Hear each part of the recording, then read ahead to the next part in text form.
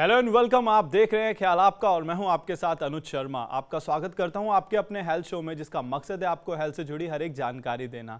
आज हम बात करेंगे ऑटो इम्यून बीमारी के बारे में।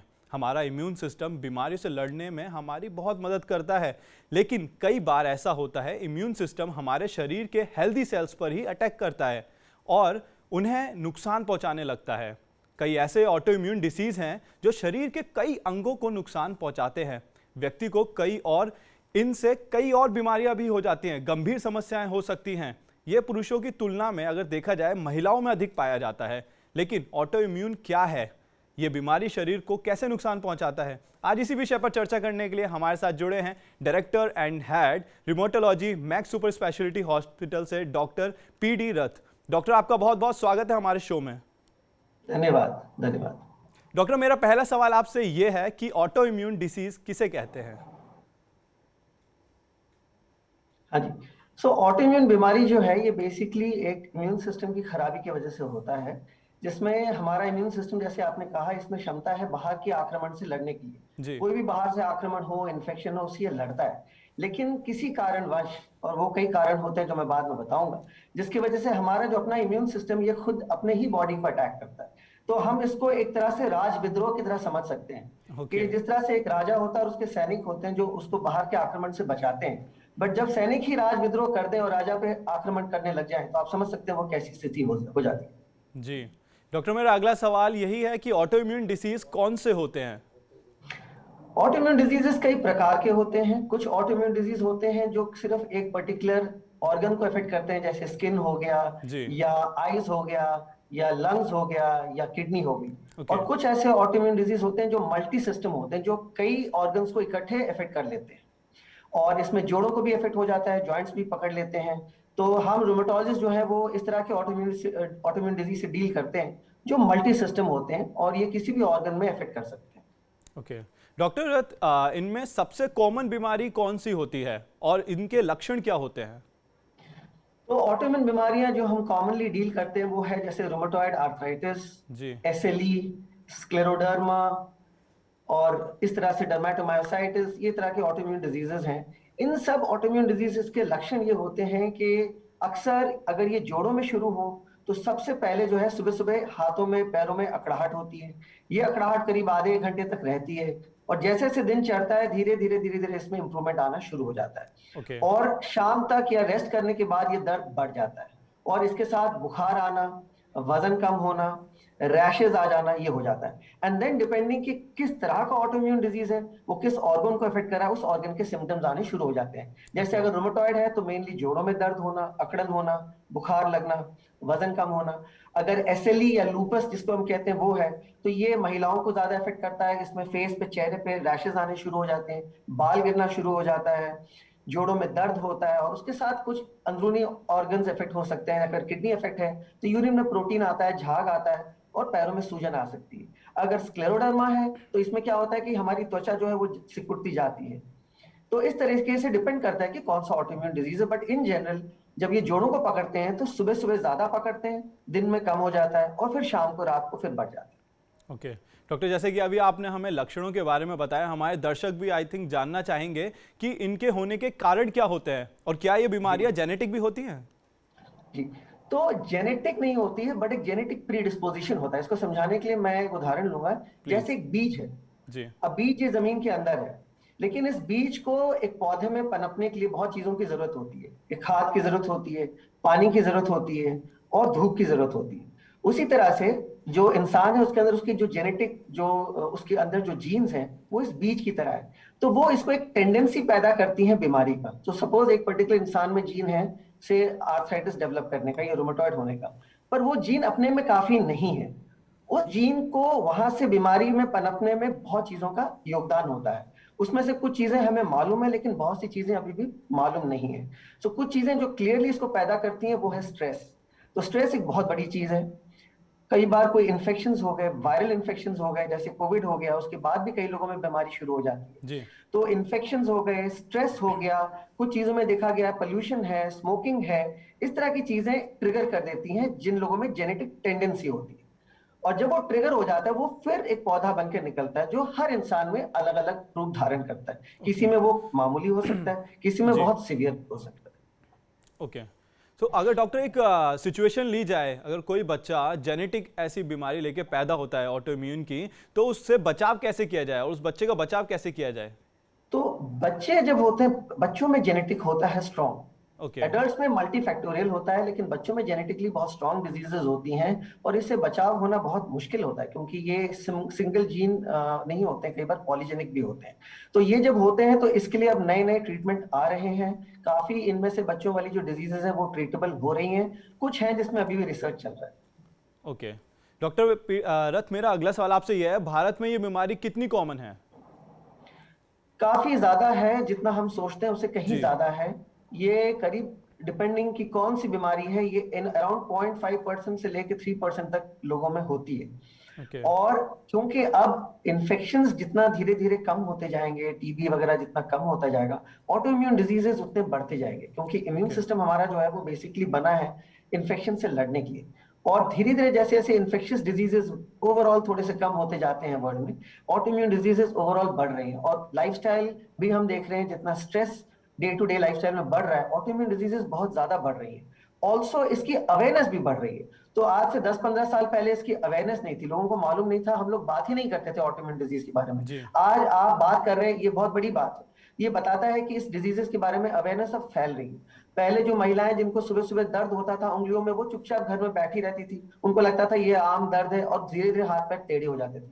अब वो महिलाएं सामने आती हैं, दिखाती हैं और उनका डायग्नोसिस होता है और ट्रीटमेंट हो जाता है, उससे वो ठीक भी हो रही है। तो आई थिंक अवेयरनेस एक बहुत बड़ी चीज है जिसकी वजह से हम ये ज्यादा देख रहे हैं आज की डेट।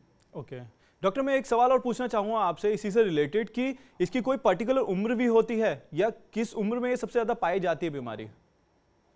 तो ये बहुत बड़ा मिथ है। बहुत पहले लोग ये सोचते थे कि गठिया तो बुढ़ापे में होता है, ऐसा नहीं है। बिल्कुल, ये ऑटो इम्यून डिजीजेस जैसे आपने कहा, कम उम्र के बच्चों, 2 से 3 साल के बच्चे से लेकर 50 साल तक, 60 साल तक, 70 साल तक कभी भी किसी को भी हो सकता है। और जब बच्चों में होता है तो बहुत सीवियर होता है और हमें बहुत एग्रेसिव ट्रीट करना है क्योंकि बच्चों में अगर जरा भी डैमेज हो जाए तो वो सारी जिंदगी उसका बोझ नहीं झेल सकते। और यंग एडल्ट्स, यंग लड़के, यंग लड़कियों में ये बीमारी होती है और जब उनको होती है तो ये हमें आके पहले पूछते हैं, डॉक्टर साहब मैं तो इतना यंग हूँ, मैं तो इस उम्र में हूँ, मुझे इस उम्र में क्यों हो गया? और उसका आंसर है कि ये इसी उम्र में होता है और इसीलिए अर्ली इसका रिकग्निशन, इसको जल्दी पहचानना और इसका जल्दी इलाज करना बहुत जरूरी है। ओके डॉक्टर, जैसे कि अभी आपने बताया कि ये जो डिसीज है वो सीरियस डिसीज है, तो मैं आपसे ये जानना चाहूँगा इसके कारण लोगों को कई परेशानियों का सामना करना पड़ सकता है, तो वो परेशानियां क्या होती हैं? जी, सबसे पहले तो ये हमें समझना है कि ये जब गठिया बाई की बात करते हैं, बहुत से लोग सोचते हैं गठिया बाई तो आम है, थोड़े बहुत घुटनों में दर्द होगा, हम यहाँ वहाँ इलाज कर लेंगे, देसी कर लेंगे।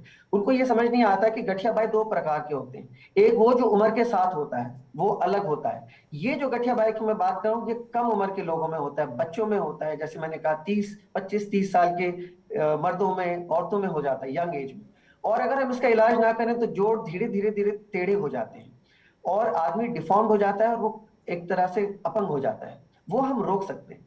और सिर्फ जोड़ों को नहीं पकड़ता है, सबसे इंपॉर्टेंट बात ये, जैसे मैंने कहा था, ये मल्टी सिस्टम डिजीज है। इसमें आंख इफेक्ट कर सकता है, उसमें ब्लाइंडनेस हो सकती है, लंग्स इफेक्ट हो सकता है और लंग्स इफेक्ट होने से लंग्स डैमेज हो जाते हैं, इंटरस्टिशियल लंग डिजीज कहते हैं हम। कई बार ये गुर्दों को पकड़ लेता है, किडनीज को, और किडनी फेल कर जाते हैं। तो ये इसलिए हो जाता है क्योंकि लोग सोचते हैं ये तो सिर्फ गठिया बाई है, सिर्फ जोड़ों का दर्द है और कहीं इफेक्ट नहीं करेगा। वो ये नहीं समझ पाते कि ये इम्यून सिस्टम की खराबी के वजह से है और क्योंकि इम्यून सिस्टम हमारे पूरे शरीर में है तो ये किसी भी अंग को कभी भी पकड़ सकता है। तो हमें इसमें बहुत केयरफुल होना है, जल्दी इसका इलाज करना है और ये देखना है कि किसी अंग को पकड़ तो नहीं रहा है। उसका इलाज करने से वो तुरंत उसको हम रोक सकते हैं। बिल्कुल डॉक्टर, जो ये इम्यून सिस्टम है ये एक बहुत बड़ी चीज़ है और बहुत महत्वपूर्ण चीज़ है हमारे शरीर की। तो डॉक्टर, मेरा अगला सवाल आपसे, इनका पता लगाने के लिए कौन से टेस्ट करवाए जाते हैं और इसका ट्रीटमेंट कैसे किया जाता है पर्टिकुलर? जी, सबसे पहली बात यह है, ये समझना जरूरी है कि ये जो बीमारियां हैं ऑटोइम्यून डिजीज, इनका एक पैटर्न होता है और ये पैटर्न रिकॉग्नाइज करना ज्यादा जरूरी है। कोई भी ऐसा टेस्ट नहीं है जो इसको पूर्णतः से या तो इसको डायग्नोसिस कर दे या पूर्णतः से इसको एक्सक्लूड कर दे। बहुत सी ऑटोइम्यून डिजीजेस हैं जिसमें कोई टेस्ट नहीं है, लेकिन इसको हम पैटर्न से रिकॉग्नाइज करते हैं। फॉर एग्जांपल, अगर आप किसी एग्जीबिशन में जाएं और आप एक आर्ट एक्सपर्ट को बोलें जी ये पेंटिंग किसका है, तो वो बोलेंगे जी ये एम एफ हुसैन का है, या ये पेंटिंग वैन गॉग का है। वो इसलिए बताते हैं क्योंकि वो पेंटिंग की कला को जो है समझते हैं। उसी तरह जो रोमेटोलॉजिस्ट हैं ये डिजीजेस के पैटर्न्स को समझते हैं और उसमें एक्सपर्ट होते हैं, तो ये देख के ही बता देते हैं कि ये पर्टिकुलर डिजीज है। बहुत बार इसमें टेस्ट किए जाते हैं, लेकिन ऐसा जरूरी नहीं है कि टेस्ट आएगा। कई बार बिना टेस्ट के रिजल्ट्स के भी ये डिजीज डायग्नोसिस होते हैं। बहुत सी बीमारियां ऐसी होती हैं जिसमें कोई टेस्ट एज सच कंफर्मेटरी नहीं होता है। कुछ डिजीजेस हैं जिसमें होता है। आमतौर पे जैसे लोग सोचते हैं कि आरए फैक्टर, रोमेटॉइड फैक्टर हम करा लेंगे तो ये रोमेटॉइड आर्थराइटिस का डायग्नोसिस है, ऐसा नहीं है। रोमेटॉइड आर्थराइटिस बहुत से ऐसे होते हैं जिसमें रोमेटॉइड फैक्टर कभी पॉजिटिव होता ही नहीं है, और ये लोग बेचारे, इनको ट्रीटमेंट नहीं मिलता क्योंकि इनका रोमेटॉइड फैक्टर पॉजिटिव ही नहीं आता, और लोग नहीं समझते कि उसके बगैर भी हो सकता है। और इसके विपरीत बहुत से ऐसी बीमारियां हैं जिसमें रूमेटॉइड फैक्टर पॉजिटिव होता है, लेकिन वो रूमेटॉइड आर्थराइटिस नहीं होता है। तो ये बड़ा कॉम्प्लिकेटेड सब्जेक्ट है, इसकी वजह से इसकी एक अलग से स्पेशलाइजेशन है। तो मेरा ये मानना है कि जैसे भी आपको ये लक्षण आए, सुबह के वक्त अकड़ाहट होना, चलने फिरने के बाद दर्द कम हो जाना, दर्द, जोड़ों के दर्द के साथ कोई भी और अंग का इफेक्ट होना, जैसे रैशेस, बुखार, बाल का गिरना, कुछ भी होता है, तो तुरंत एक जो है रूमेटोलॉजिस्ट के पास जाके मिले, वो इस पैटर्न को रिकॉग्नाइज करके सही रूप से इसका इलाज करें। क्या इसका कोई परमानेंट इलाज होता है, और इन लोगों को कौन सी बातों का ध्यान रखना चाहिए जिनका ट्रीटमेंट हो चुका है? जी, मैं मानता हूं कि इसका इलाज है वैसा ही है जैसे बीपी, शुगर या थायराइड का इलाज। अनफॉर्चुनेटली हम जब बीपी, शुगर, थायराइड की बात करते हैं, हम उसी संदर्भ में इसकी बात नहीं करते। बीपी, शुगर, थायराइड या हार्ट डिजीज, इसका भी कोई क्योर नहीं है, लेकिन कंट्रोल है और मैनेजमेंट है। तो हमें सही सवाल ये पूछना है कि क्या हम इस बीमारी को रोक सकते हैं, और आंसर है यस, इसको रोक सकते हैं। सही दवाई से ये बीमारियां उतनी ही है जितनी बीपी या शुगर है। जिस तरह एक बीपी या शुगर अगर हम कंट्रोल ना करें, ये किसी भी अंग को इफेक्ट कर सकती है, किडनी फेल कर सकता है, या हार्ट अटैक हो सकता है, या स्ट्रोक हो सकता है। उसी तरह से अगर गठिया को हम कंट्रोल ना करें, ये किसी भी ऑर्गन को इफेक्ट कर सकती है। और जिस तरह से एक शुगर या बीपी का पेशेंट अगर सही वक्त पे दवाई ले रहा है तो अपनी जिंदगी नॉर्मली जी सकता है, उसी तरीके से एक ऑटोइम्यून डिजीज का पेशेंट अगर सही वक्त पे फॉलो कर रहा है और सही दवाई ले रहा है, ये भी एक नॉर्मल लाइफ लीड कर सकते हैं। ओके डॉक्टर रथ, यदि किसी को ऐसी कोई बीमारी है तो उसके लिए अपने इम्यून सिस्टम का ध्यान कैसे रखा जाए और कितना जरूरी है, और खासकर ये कोविड के टाइम पे चलते हुए? जी, तो इम्यून सिस्टम एक ऐसी चीज है जो हमें इनहेरेंट मिलती है। इसको हम कमजोर या मजबूत बहुत ज्यादा नहीं कर सकते हैं, बट आमतौर पे हमें चीजों का ध्यान देना है। एक ये कि स्ट्रेस एक बहुत बड़ी चीज है जो इम्यून सिस्टम को डाउन करती है। और आपने देखा होगा कि जब इंसान को स्ट्रेस ज्यादा होता है तो उसी वक्त उसको सर्दी जुकाम वगैरह होता है।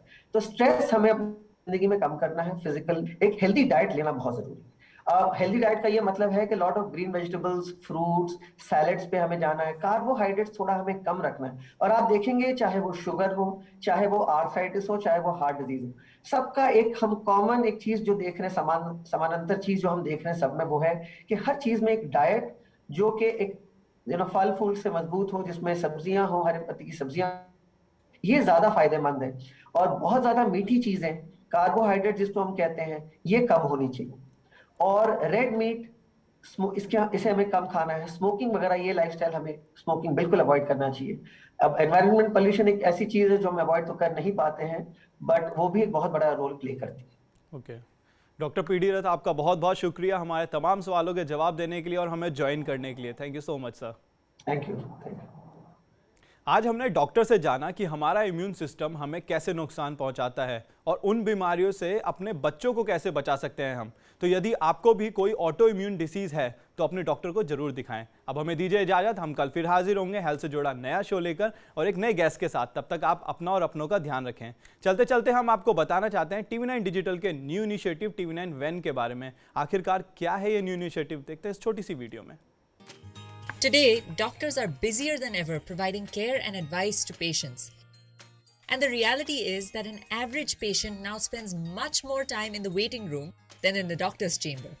With such a captive audience, it's time to put their wait time to good use.